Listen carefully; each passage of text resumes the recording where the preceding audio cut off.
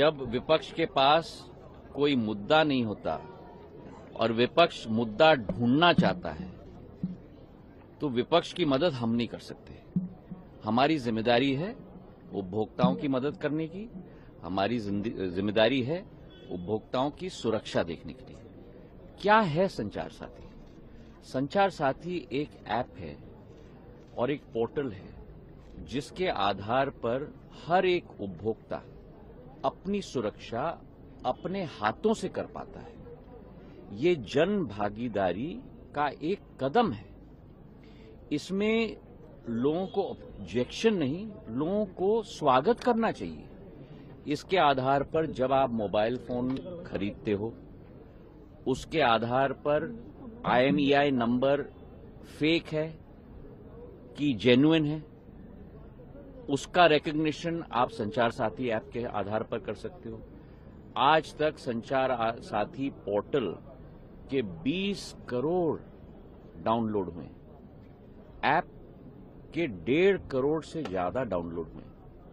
और ये सफल क्यों है?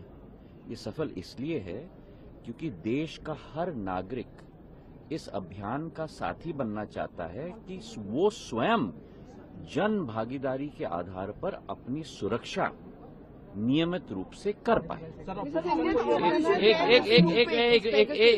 एक मिनट।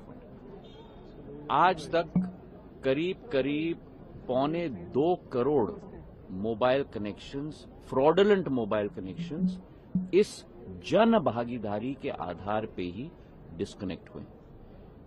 करीब 20 लाख फोन जो चोरी हुए थे उनको ट्रेस किया गया है।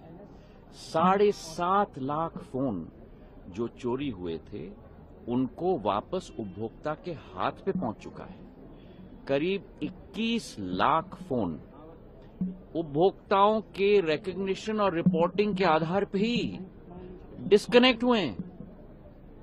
तो एक तरफ जहां दूरसंचार के आधार पर देश का एक नागरिक कनेक्ट हो रहा है, वहीं दूरसंचार के आधार पर कई ऐसे शक्तियां भी हैं जो इस दूरसंचार की सुविधा का दुरुपयोग करके लोगों के ऊपर फ्रॉड कर रही हैं, लोगों का पैसा ले जा रही हैं, लोगों के फोन्स चोरी कर रहे हैं। और उसकी सुरक्षा में जनता की भागीदारी हो, इसके आधार पर संचार साथी ऐप का नियम हमने बनाया है। अब एक मिनट, इसके आधार पर ना कोई स्नूपिंग है, ना कोई कॉल मॉनिटरिंग है। अगर आप चाहते हो तो इसको आप एक्टिवेट करो, अगर आप नहीं चाहते तो इसे एक्टिवेट मत करो।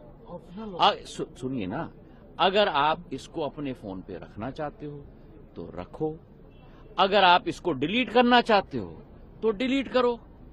जिस तरीके से, उदाहरण के तौर पे, आपके फोन पे जब आप फोन खरीदते हो तो उस पे कई ऐप्स आ जाती हैं, जैसे गूगल मैप्स भी आ जाता है। अब आपको गूगल मैप इस्तेमाल नहीं करना है तो आप डिलीट कर लो। अगर आपको संचार साथी इस्तेमाल नहीं करना है तो डिलीट कर दो। इसका मतलब ये ऑप्शनल है सर। ऑब्वियसली डिलीट कर सकते हो आप, कोई प्रॉब्लम नहीं है। तो बात का बतंगड़, एक मिनट, वही तो हर भ्रम को मैं तोड़ने की कोशिश कर रहा हूँ। ये कस्टमर प्रोटेक्शन की बात है और हर भ्रम को मैं तोड़ने की कोशिश कर रहा हूं। आपको डिलीट करना है तो आप डिलीट कर दोगे, आप, कोई मैंडेटरी नहीं है। आप अगर रजिस्टर नहीं करना चाहते हो, मतलब कि उदाहरण के तौर पे इस ऐप का उपयोग नहीं करना चाहते हो, तो रजिस्टर मत करो, वो डॉर्मेंट रहेगा। डिलीट करना है तो डिलीट कर लो। पर क्या हो, एक मिनट, पर हर व्यक्ति को देश में नहीं मालूम कि मुझे फ्रॉड से प्रोटेक्ट करने के लिए, मुझे चोरी से प्रोटेक्ट करने के लिए ये ऐप है।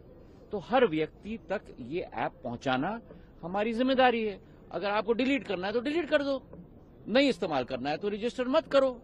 जब आप रजिस्टर करोगे तभी तो एक्टिव होगा, रजिस्टर नहीं करोगे तो इनएक्टिव होगा। इसका मतलब संचार साथी ऐप हम डिलीट कर सकते हैं अपने फोन में? बिल्कुल डिलीट कर सकते हो आप। सिर्फ इनबिल्ट ऑप्शन है, उसे आप डिलीट कर। आप उसको जिस तरीके से अपने फोन पे दूसरे ऐप को दबाओगे और कहोगे डिलीट, वैसे इसको भी दबा सकते हो और कह सकते हो डिलीट।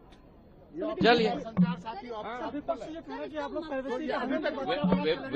प्रॉब्लम क्या है कि विपक्ष कुर्सी के नीचे, कुर्सी के पीछे, कुर्सी के लिए मुद्दे ढूंढ रहा है। अब सभी भ्रमों को दूर करना सरकार की जिम्मेदारी है और सारे मुद्दे मैंने आपके समक्ष रख दिए कि आज तक पिछले 2 वर्षों में संचार साथी पोर्टल और संचार साथी ऐप के आधार पर कितनी सुविधा जनता को मिली है, कितना पैसा जनता का बचा है, और ये भी आंकड़े आपके सामने रख दूं। एक साल में 2024 में अकेले हमारे देश के अंदर 22,800 करोड़ रुपए के फ्रॉड हुए हैं। तो एक तरफ विपक्ष चिल्ला रहा है कि आप फ्रॉड कैसे रोकेंगे, दूसरी तरफ अगर संचार साथी का ऐप हमने आम नागरिक को दे दिया तो कह रहे हैं पेगासस। तो करो तो मरो, न करो तो मरो। तो जो लोग सत्य नहीं देखना चाहते हैं उन लोगों को हम सत्य नहीं दिखा सकते।